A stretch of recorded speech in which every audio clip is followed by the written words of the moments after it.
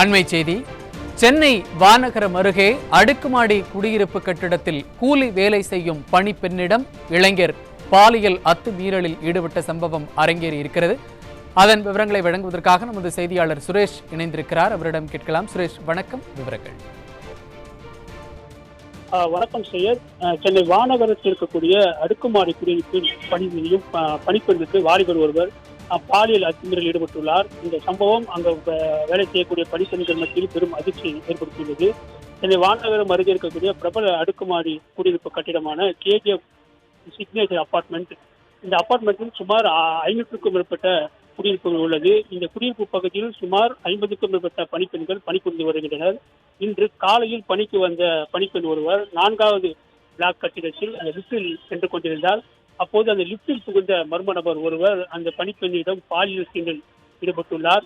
இதனை அறிந்து அந்த பெண் கூச்சலிட்டு அந்த லிப்டை நிறுத்தியுள்ளார். இதனால் உள்ளே இருந்த அந்த மர்ம நபர் லிப்டிலிருந்து ஓடியுள்ளார். இதனை கண்ட சக பணிப்பெண்கள் அவரை துரத்தி சென்றும் பிடிக்க முடியாமல் அவர் அவரிடம் விட்டு ஓடியுள்ளார். இந்த சம்பவம் குறித்து உடனடியாக காவல்துறையினருக்கு தகவல் தெரிவிக்கப்பட்டது. சம்பவ இடத்துக்கு வந்த காவல்துறையினர் அந்த அபார்ட்மெண்ட்டில் இருக்கக்கூடிய அந்த சிசிடிவி காட்சிகள் பதிவுகளை எடுத்து தப்பிச் சென்ற நபர் யார் என்பது குறித்து தொடர்ந்து விசாரணை மேற்கொண்டு வருகின்றனர்.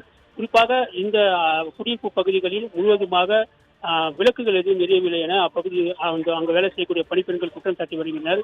தொடர்ந்து இந்த பகுதியில் வழிபறியும் நடப்பதாக வருகின்றனர்.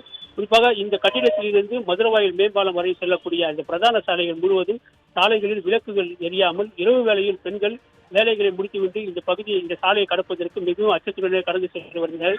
தொடர்ந்து இந்த பகுதியில் வழிபறியும் கொள்ளையும் நடந்து கொண்டு வருவதால் சாலையில் விளக்குகளை அமைக்க வேண்டும் என அப்பகுதி பெண்கள் கோரிக்கை விடுத்துள்ளனர். தொடர்ந்து இந்த பாலியல் அத்துமீறலில் ஈடுபட்ட நபரை உடனடியாக கைது செய்ய வேண்டும் என அப்பெண்கள் கோரிக்கை விடுத்துள்ளனர். விவரங்களை வழங்கியமைக்கு நன்றி சுரேஷ். எவ்வளவு பேர் வீட்டு வேலை செய்தாலும் வராங்க, வேற எதுக்கு வராங்க?